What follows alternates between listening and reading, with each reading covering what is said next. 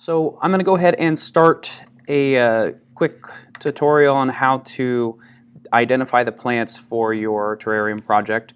So I'm going to use the kind of that big yellow flower that I showed you earlier in the moss to get you started. So go ahead and open Chrome, and all you got to do is search North Slope plants. Okay.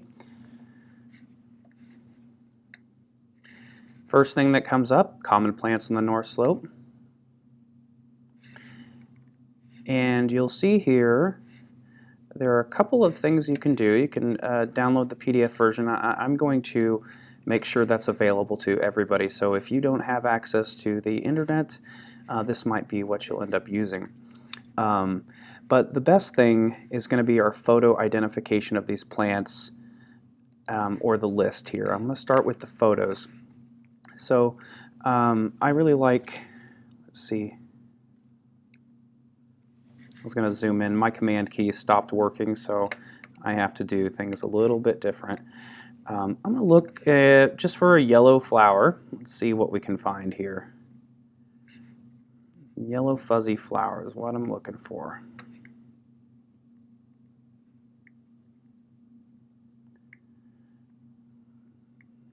Oh, that looks like that's probably the ivy that we had. Oh, there it is, right there. Okay, so I think this is it. It might be a bad picture, but I'm pretty sure that's the flower that I had, called Alpine Wormwood. So this would be when I do my plant identifier, I would, let's turn this on. I would take this word here, Alpine Wormwood, and I would write that down, and I would take a little toothpick and stick it to that piece of paper I wrote it on, and I would just put it right there in the plant so we could see what that is. If you don't have that ability, then you can just take this thing here, leaves forming low-lying mat, tri-lobed, hairy, inflorescence capitate, densely woolly with yellowish disc flowers, and found in sandy or rocky areas. So that would be your description for your plant. With that description, I should easily be able to find it. Okay, so let's see what else we can find. So I know that the other thing that was in there was a type of moss. So when I went through this earlier, I actually couldn't find it. So let's go to the list right there. And there's a lot here. So an easy way to go through that would be to find, again, that's just Command F, but my command key isn't working. Find moss. So here we have Moss Campion. Okay. So Moss Campion, that would be the word that we'd write down. And if you don't have the ability to mark it, you would write down dense mat of short, linear, flat green leaves, tube flowers with 5 lobed pink to purple petals and darker sepals. I'm not familiar with that word. So interesting thing here, just by looking at this, I wasn't really able to identify it. So something that I had to do was actually just Google Moss Campion, and this is what I'm used to seeing around here. I don't see these purple flowers. Maybe you guys see them sometimes when it's summertime, but nothing I find has these pretty purple flowers. But all the pictures everyone likes to take are of it flowering. So the other identifier would be Moss Campion. Now there was the other type of moss that I was pointing out that I put in the other plant. So let's go back here, and again I didn't find it. Even looking here I didn't find it, but I'm familiar enough with it that I was able to find this. This is a scientific article, and here is a picture of the tundra, and it says down here,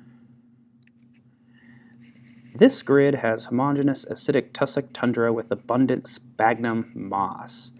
It was taken in 2000. So this is what we're seeing. So I look up sphagnum moss,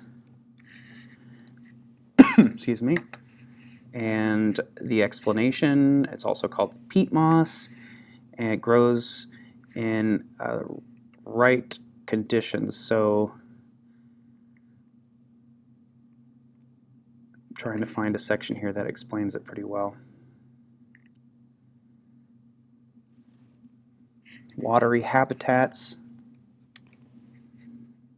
So I read that there, watery habitats.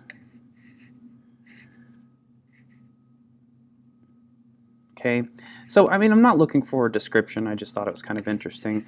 But when I look up sphagnum moss, we could do that again in our images just to verify. We can type in peat moss. Oh, I'm probably going to get a bunch of Home Depot things here now.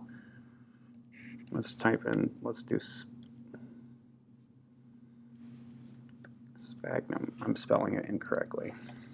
Just so you know, SPH. The H, I guess, is silent. But I'm positive that's what the other one is. So you have this moss campion,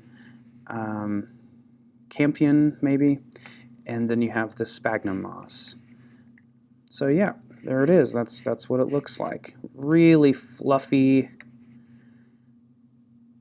sphagnum moss. And this is a really popular thing sold throughout the world because it's good for growing in your garden. So if we look here at the, let's see, uses. I do want to go over this because it applies here. So let's see. Decayed dried sphagnum moss has the name of peat or peat moss. It's used as a soil conditioner, which increases the soil's capacity to hold water and nutrients. So yeah, this is definitely a good thing you can add. I did find it requires so much water that it tends to die in the terrarium. But if you just want to keep this and see if you can keep it alive, you just need a lot more water to make it work. So that's two examples. Now let's go ahead and go back to our plant list and see what else we can find. I don't want the list. I want the pictures again. So the other thing that we found was that cotton grass and the ivy looking thing. Now I say ivy because the leaves look like an ivy. And I think it kind of grows like an ivy also, but underground. It spreads across the ground. So where did I see that? Right there. Okay. Oh, they're calling this salmonberry. I don't know if that's what I was finding. I don't see berries on there ever. Cloudberry. Yeah, I don't think that's what it is. Leaves large, rounded, palmately lobed. I don't know what that means either. Green above with reddish edges, single flower large with 5 white petals. Berries shaped like raspberries. Start out reddish tinged and hard, reddish tinged and hard, ripen in a juicy salmon-colored berry. I mean, that could be what it is. I mean, that's exactly what it looks like, and they grow everywhere, but I haven't seen the salmon berries themselves. But that could be what we're looking at. Oh, here's a picture of the cloudberries. The orange is what I'm more used to. But I can keep looking if it wasn't growing. Another thing that I saw was I did see these yellow flowers all around also. Bog sassafrage. So you might find some of those. Oh, there's that one again. Is this one different? Oh, this one is probably... Oh, no, this is definitely the other one. So I guess I was wrong on that last one. So that's the nature of science, kids. It's okay to be wrong. So we got marsh fleabane is what this one is. Tall plant with fuzzy, reddish, hollow stems. Large fuzzy green leaves, lance shaped with toothed indentation. So I guess the big difference here, if you'll notice, 1 to 3 feet. Yeah, the one that I picked was, yeah, about almost a foot tall.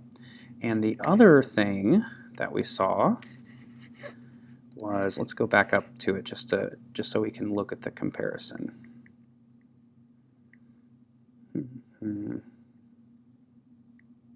Oh, I think I went too far.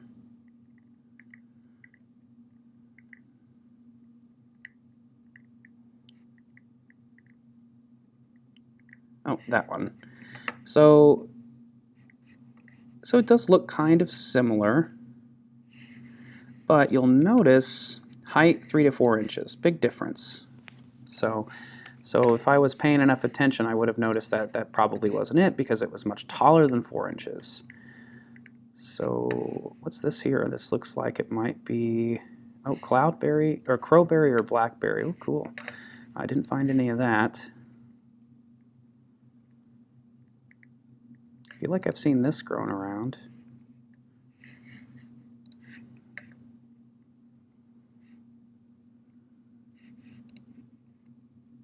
Beach greens. Oh, I've seen this. And the one that I have at home actually has this.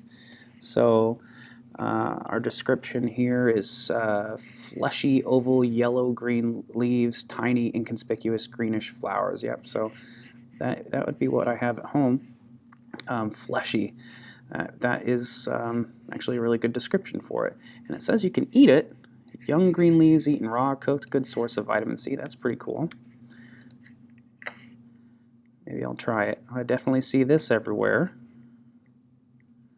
So alpine fescue, tufted grass. That's what tufted grass looks like. Narrow leaves coming up from the base, much shorter than the flowering stalks. Spikelets, it's purplish green. Sandy, rocky tundra. Yep, that's one of the plants I see everywhere.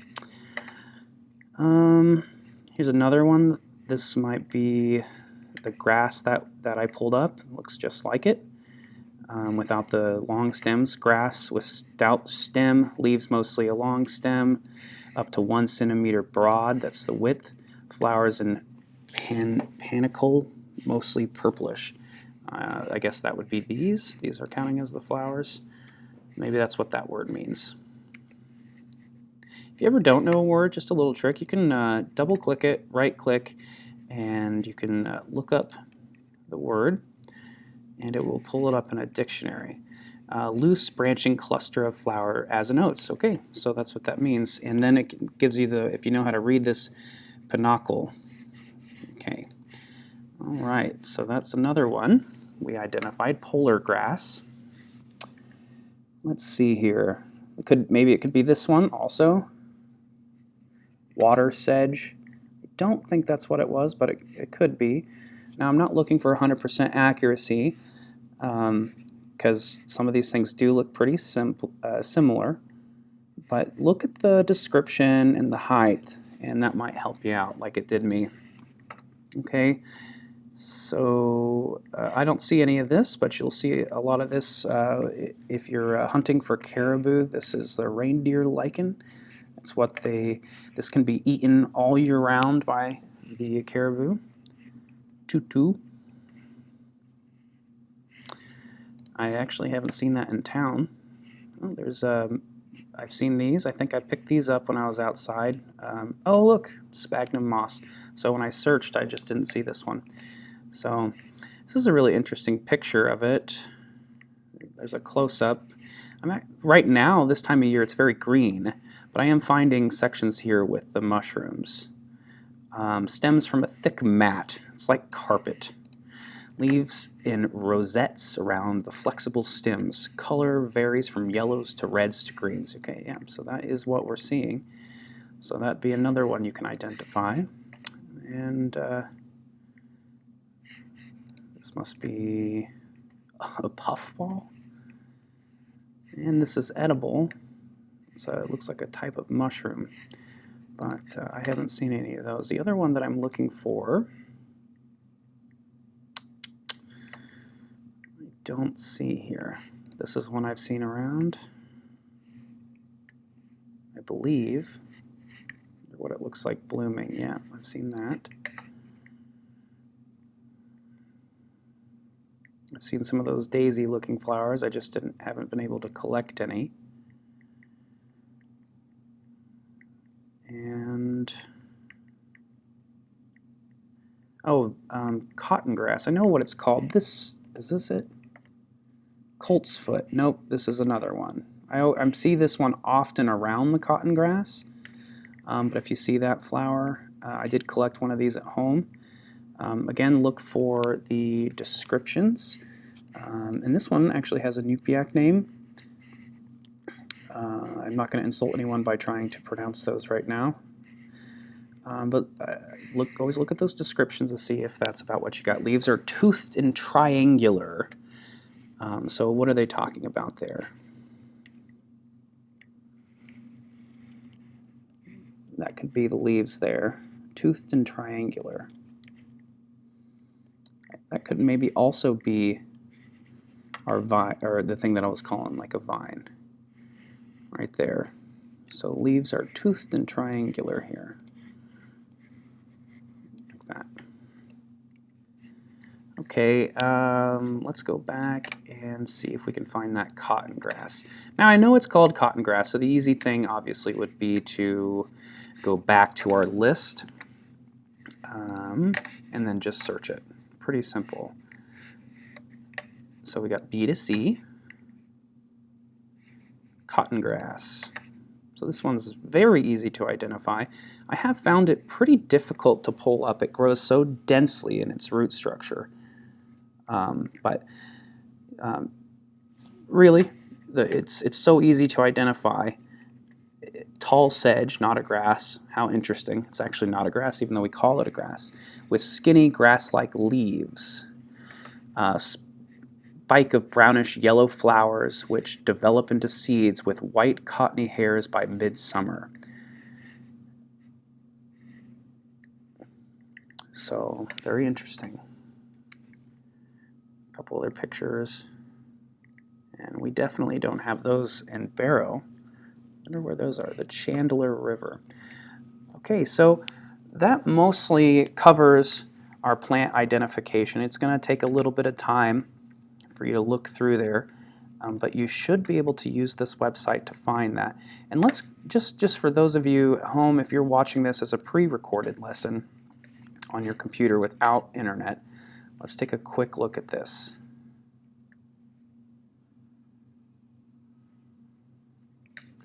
Common plants on the North Slope. If I click this, it's trying to connect. Okay, so let's go.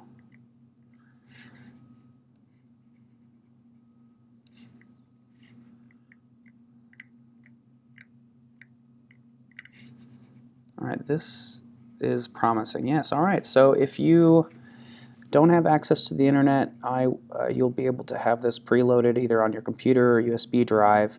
I can print this out. I always prefer not to print these out, especially something like this. This is a ton of pages. So almost would be better for you just to call me and have me help you identify it if you are unable to access the internet, because I'm probably not going to print this. There you go. You have all of what you need right there.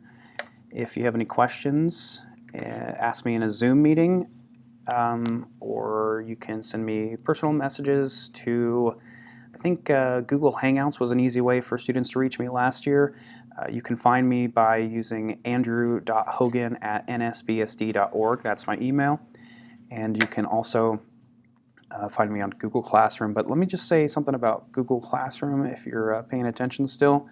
I don't always get notifications for it, so don't put all your eggs in one basket and only contact me one way. If I'm not getting back to you, it's because I'm not seeing your messages, okay? So another easy way is just to call the school. I'm going to be here every day, so I can help you with that, okay? So thanks, guys, for watching this. I hope that it was informative, and just so you know, I'm always here for you, okay? Thank you. Have a great day.